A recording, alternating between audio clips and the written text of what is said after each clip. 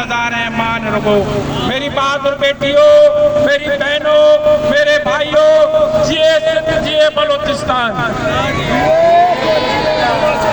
आज हम सिंध के कादी कराची के प्रेस क्लब पर हम सब यहाँ मजलूम बलोच और सिंधी जमा होकर ये मुतालबा नहीं करते, ये उन्हें इंतबाह करते हैं कि आप लोगों ने जो हमारी माओ बहनों के साथ इस्लामाबाद में किया है वो आप लोगों को बहुत महंगा पड़ेगा।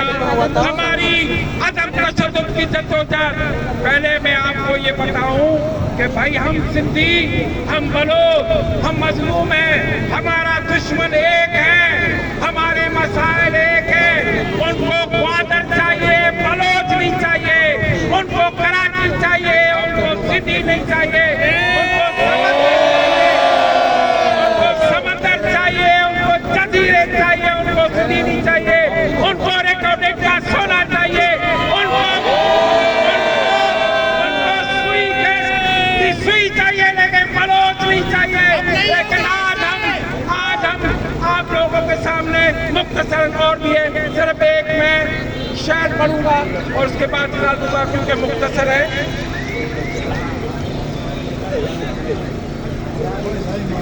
दरियाब तेरी खैर नहीं, बूंदों ने बगावत की है। दरियाब तेरी खैर नहीं, बूंदों ने बगावत कर दी है। नादा बुज़दिल न समझ इनको, लहरों ने बगावत कर ली है। हम पर वाले हैं मौत समा, मरने का किसको खौफ यहाँ।